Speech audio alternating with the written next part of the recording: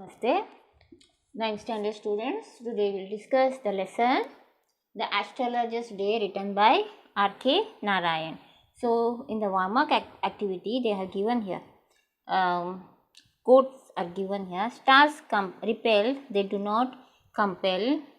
Man is the maker of his own destiny. These are the quotes on which this lesson is almost written. Some reference we can take from this quote to refer this to this lesson. Life, note here, life brings about changes. Life brings about changes that are good. Changes that test us or changes leave us broken. Life surprises us with unexpected changes. So, life surprises us with unexpected changes. Sometimes some incidents change our whole life. Similarly, here what happened in this story, in this lesson also, which was written by R.K. Narayan, similar situation comes in the hero of this lesson, where a person turns into an astrologer after that incident. He lives a life of where he was guilty about something which he has done. Due to that guilt, he runs away from his village to some other village and started living his life. And suddenly, the past comes before him and clears the doubt he had, and he somehow escapes from the future danger which he had already, the mistake he had done already. He just avoids it and tactfully manages to escape the situation. So, how the author has brought out this story in such a beautiful way, let's see.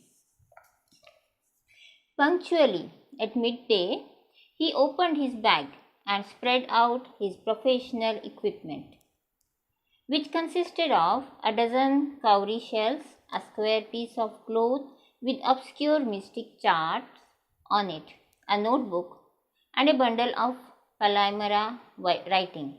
His forehead was resplendent with sacred ash and vermilion, and his eyes sparkled with sharp, abnormal gleam, which was really an outstanding of and continual searching look for customers, but which his simple clients took to be a prophetic light and felt comforted. The power of his eyes was considerably enhanced by their position, placed as they were between the painted forehead and the dark whiskers which streamed down his cheeks. Even a half-wit's eyes would sparkle in such a setting. To crown the effect, he wound a saffron-colored turban round his head. This color scheme never faded. People were attracted to him as bees are attracted to cosmos or the Hylia stalks. He sat under the boughs of a spreading tamarind tree which flanked a path running through the town hall park. It was a remarkable place in many ways. A surging crowd was always moving up and down this narrow road, morning till night. A variety of trades and occupations was represented all along its way. Medicine sellers, sellers of stolen hardware and junk, magicians, and above all, an auctioneer of cheap clothes. Turn to next page. Who created enough dine all day to attract the whole town. Next to him in vociferousness came a vendor of fried groundnut, who gave his ware a fancy name each day, calling it Bombay ice cream one day, and on the next day Delhi almond, and on the third day Raja's delicacy, and so forth, and people flocked to him. A considerable portion of this crowd dallied before the astrologer too. The astrologer transacted his business by the light of flare which crackled and smoked up above the groundnut heap nearby. Half the enchantment of the place was due to the fact that it did not have a benefit of municipality lighting. The place was lit up by shop lights. One or two had hissing gaslights, some had naked flares stuck on poles, some lit up by old cycle lamps, and one or two, like the astrologers, managed without lights of their own. It was a bewildering criss-cross of light, rays, and moving shadows. This suited the astrologer very well, for the simple reason that he had not in the least intended to be an astrologer when he began life, and he knew no more of what to happen to himself next minute. He was as much as a stranger to the stars as were his innocent customers. Yet he said things which pleased and astonished everyone. That was more a matter of study, practice, and shrewd guesswork. All the same, it was as much as honest man's labor as any other, and he deserved the wages he carried home at the end of the day. So, first paragraph is very lengthy one. So, here in the first para, they have narrated, the author has narrated how this astrologer and where the astrologer used to do and what his mental capacity, what he knows about the astrologer. All these things are discussed in this first para. So, let us see. Punctually at midday, he opened his bag. Midday means after lunch, he used to open his bag and spread out his professional equipment. Professional equipment means whatever is required for his profession. These are the professional equipment, which consist of what and all consisted in his professional equipments. So, what are these? These are consist of dozen cowrie shells. So, astrologer needs cowrie shells. A square piece of cloth with obscure mystic chart. There will be chart on the cloth. A notebook and a bundle of Palmyra writing. His forehead was resplendent with sacred ash and vermilion, and his eyes sparkled with a sharp abnormal gleam. How he looked like? His eyes used to sparkle with abnormal gleam. So, which was really an outcome of a continuous searching look for a customer. So, actually, why this gleam comes?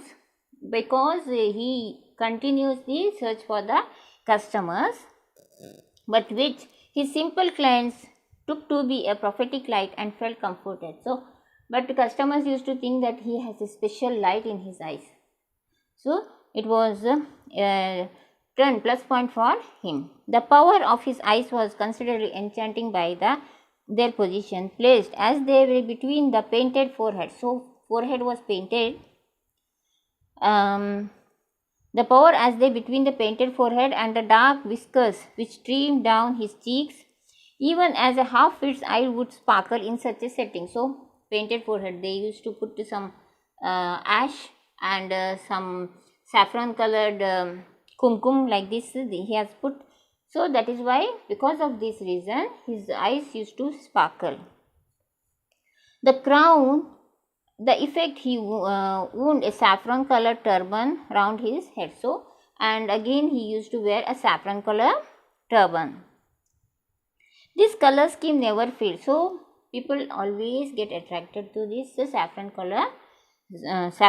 So, this color combination, this get up used to get people used to get attracted by this. He sat under the boughs of a spreading tamarind tree. So, where he used to sit? He used to sit under tamarind tree. He sat under the boughs of the spreading tamarind tree, which flanked a path running through the town hall park. So, there is a path going towards the town hall. So, where there this tree stands, and he used to sit under that tree. It was a remarkable place in many ways. A surging crowd was always moving up and down this narrow road morning till night. So, this place is very busy place.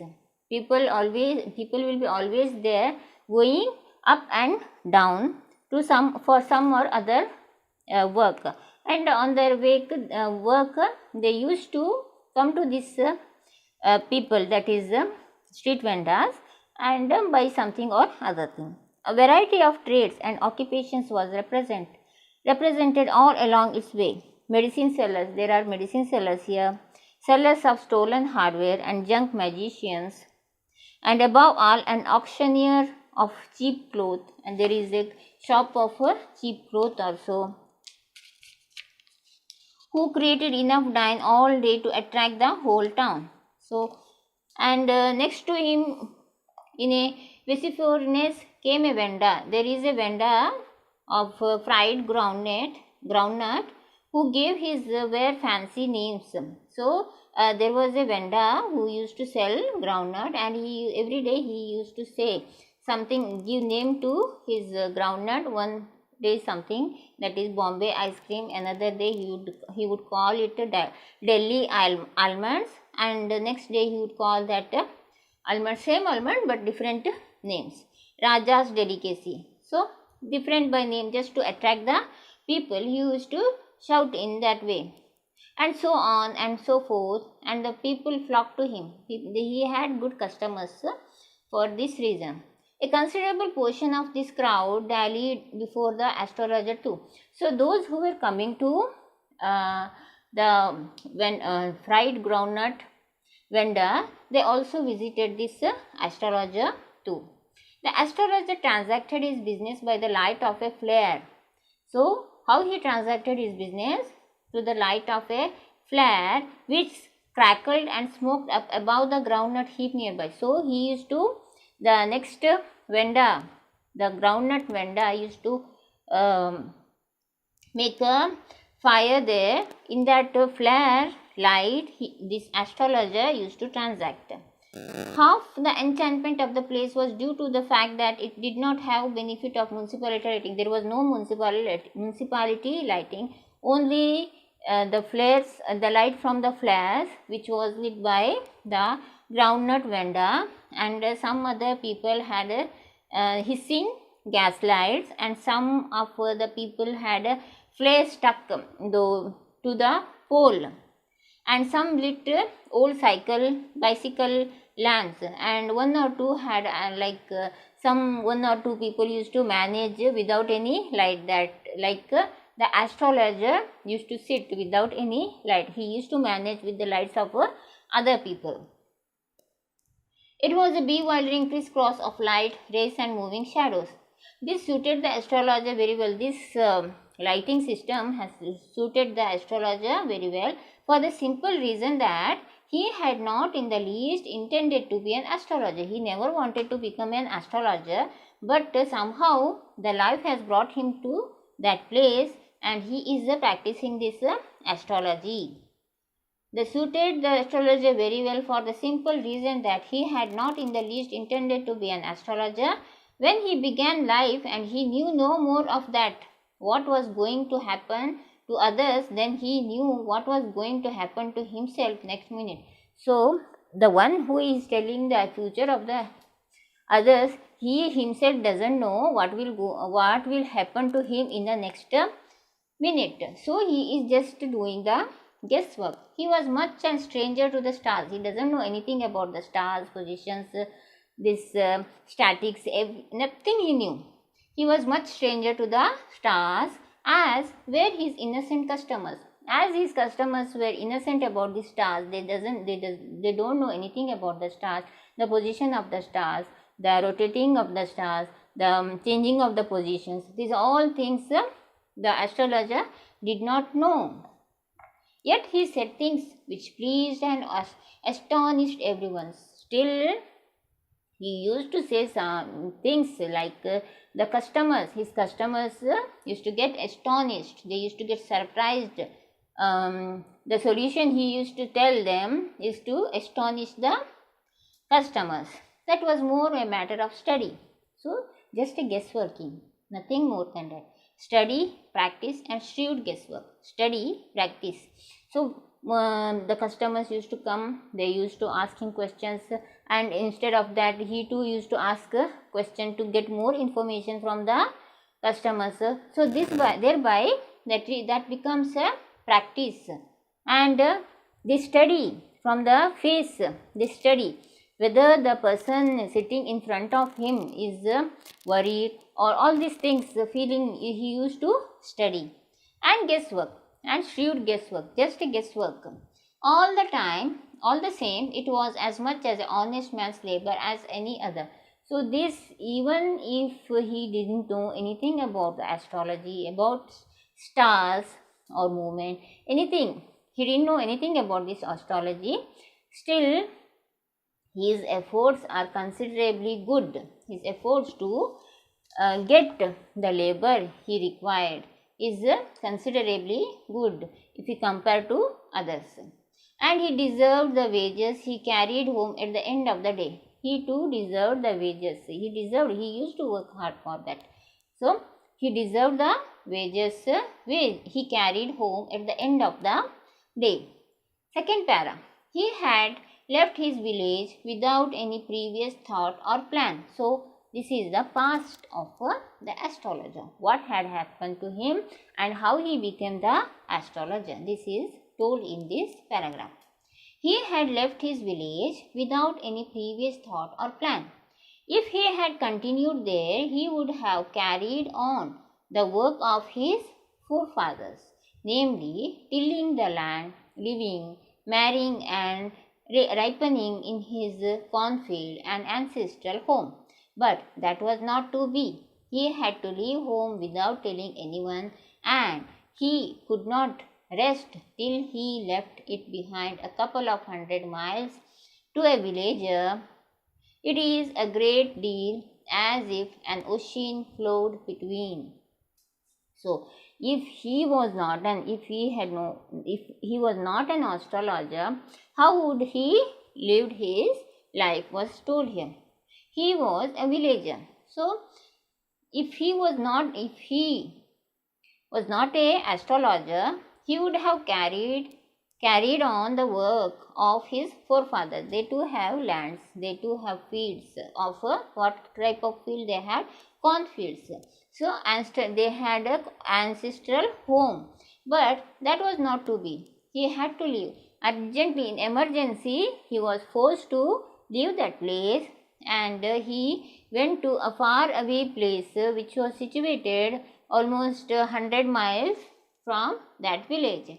To be a villager, it is a great deal. So, moving away from the old village, it is a big deal. It is a great deal. As if an ocean flowed between. So, as if an ocean flowed between means the distance. What he had dreamt of, it was never possible, and what happened to his life, was something else, and his dream and the present reality was like a ocean. There was an ocean between his dream and his reality. He had a working analysis of mankind's troubles, marriage, money. So what and all he used to discuss, what and all solution he used to give to the customers. See here, he had a working analysis of mankind's troubles, marriage, money, and the tangles of humanity. Long practice had sharpened his perception. So, long practice had sharpened his perception means whatever he is perceived, because of his long time, he has practiced this astrology since long time. So, he could perceive more now. Within 5 minutes, he understood what was wrong. And he used to ask questions. Within 5 minutes of conversation with the customer, he used to understand what is the problem.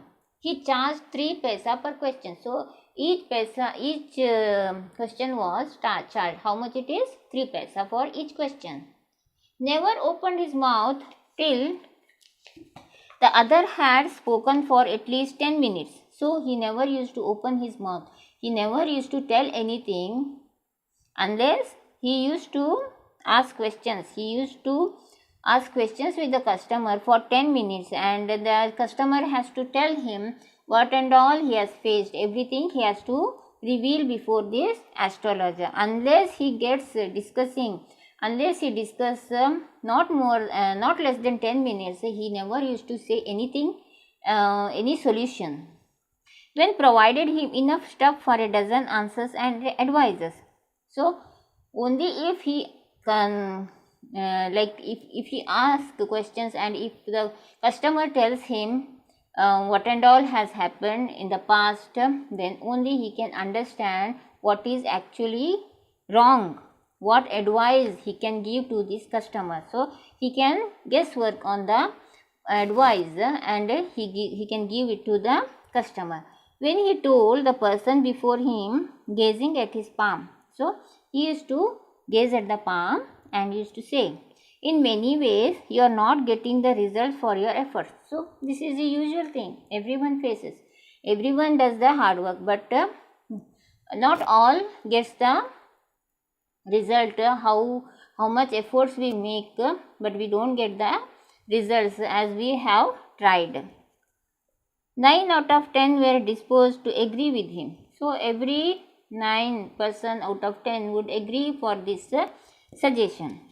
Or he questioned, is there any woman in your family, maybe even a distant relative, who is not well disposed towards you? So he used to ask, sometimes he used to ask with the question, with the customer, like there may be any woman in your family, or someone in your family is not happy with you, or someone in your family hates you. Like this type of questions he used to ask. Who is not well disposed towards you? Who is not well disposed towards you means that the person, anyone in the family is not happy with this person, like customer. Or he gave an analysis of character. Most of your troubles are due to your own nature. He used to say to the customers, he used to say to his customer that most of your troubles are due to your own nature and rough exterior. So why you are facing, he used to tell to the customers, why you are facing this trouble, why you are facing this problem. It is because your nature is of rude nature, you are of rough nature. So you show to the people that you are rough. So this endeared him to their heart immediately, for even the mildest of us loves to think that he has a forbidding exterior. So this is a common thinking of people, that whenever some person tells us, so this is your nature, because of your nature you are facing this problem, because of nature, because of your own self you're dealing with this. So when some person says this, the person will automatically get start thinking over this matter. So for today this much is enough. Read this lesson till para number 3. This is quite big lesson, so you need to read a lot, and as I have told you before also, you have to practice the reading. You have to keep up the reading habit for at least 5 times, and watch the video 3 times, and read the lesson punctually, and keep a dictionary in front of you whenever you are reading the lesson. So this will be the last lesson. Your next lesson, that is A Dream of Flight, is deleted from your syllabus, and also one of the poem, that is Miss Pushpa, is also deleted from your syllabus. So I am not dealing with those 2 lessons, and 2 more lessons are actually deleted, but I have already done those. So those lessons you need not concentrate, and for now you just read this lesson till para number 3, till para number 3. You have to complete the para number 3, and take care of yourself. Thank you.